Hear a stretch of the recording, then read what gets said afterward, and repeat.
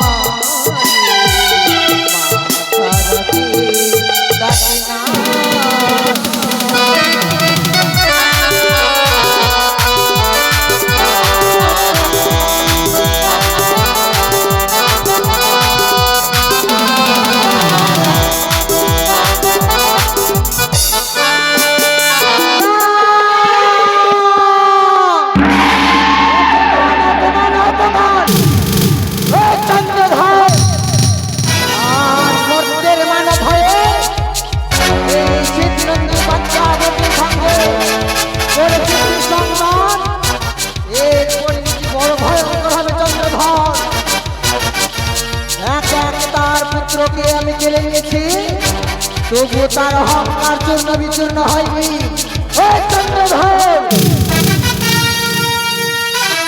তোকে মর্মে মর্মে বুঝিয়ে দেব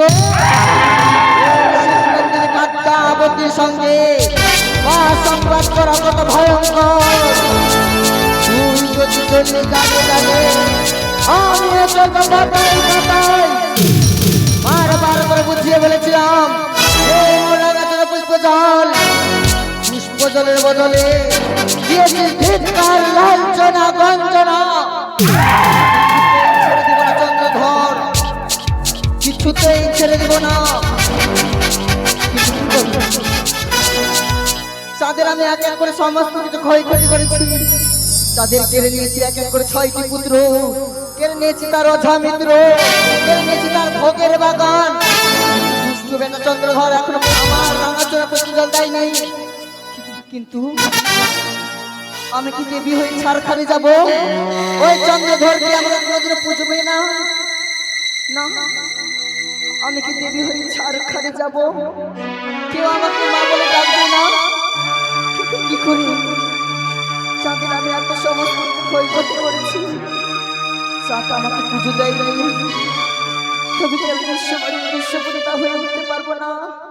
দেবীর সিংহাসন অর্জন করতে পারবো না? না, মনে পড়েছে সেই দিনের কথা, যেই দিন পিতা বলেছিল, ওরে মনসা, যা তুই সিজুয়া ধামে সঙ্গে করে নিয়ে যা তোর দিদি নেতাকে, যখনই আপদ বিপদে পড়বে তোর দিদি নেতুলাকে স্মরণ করবি। আর বিলম্ব নয়, এই মুহূর্তে দিদি নেতুলাকে স্মরণ করব। কোথায় দিদি নেতুলা? একই অদূর হতে কণ্ঠে হসে হসে আমার কর্ণে কে ডাকে, দিদি ডাকে, কে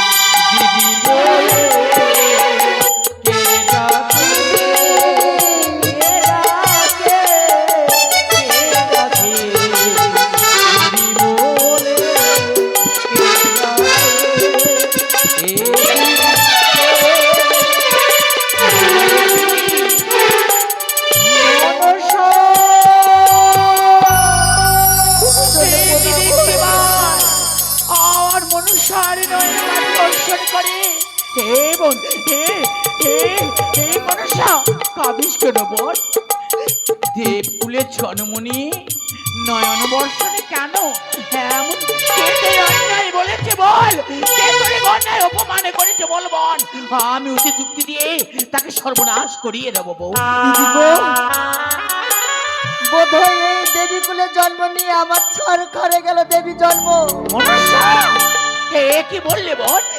আমরা দুর্ভাগ্যের জন্ম নিয়েছি, কেন আমাদের বিবলে হবে? এমন কি হয়েছে বল না বল? জানতে চাও কি হয়েছে?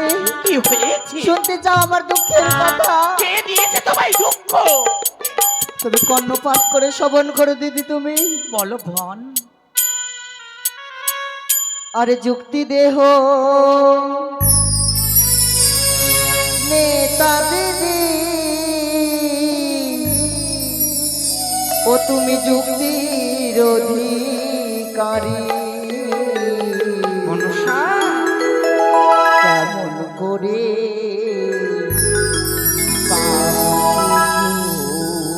মনসা, বলো না গো তুমি।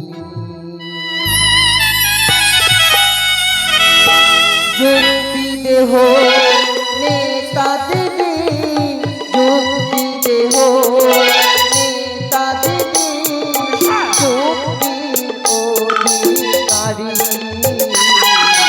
কেমন করে পাবো বুঝো, বলো না গো তুমি।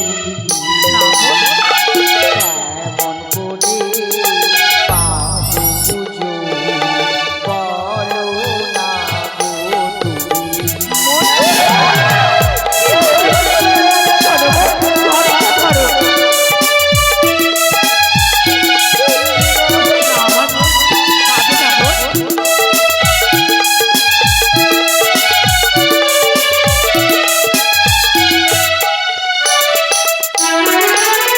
বারো মাসে 13 পূজা, 12 মাসে 13 পূজা, সর্বদেব পায়। আমি হেন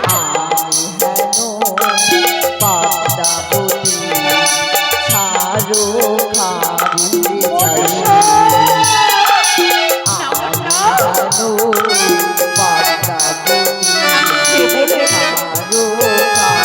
যাই।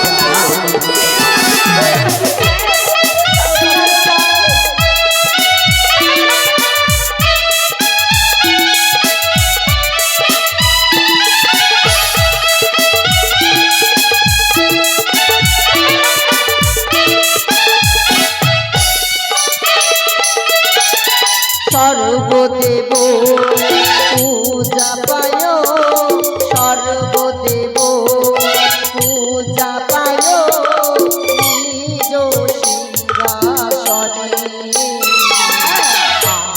পূজা হয় না কেন, বলো না কারণে।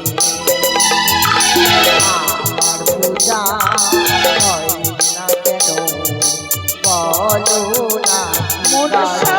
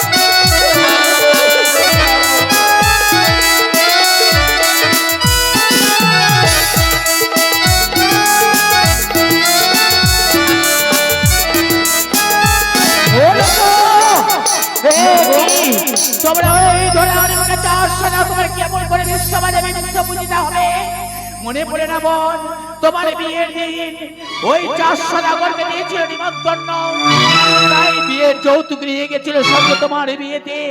তাই তুমি বলে যৌতুক না নিয়ে চাঁদকে বলে চাঁদ তোমার যৌতুক নিতে পারি, তুমি যদি আমার সেবক হও।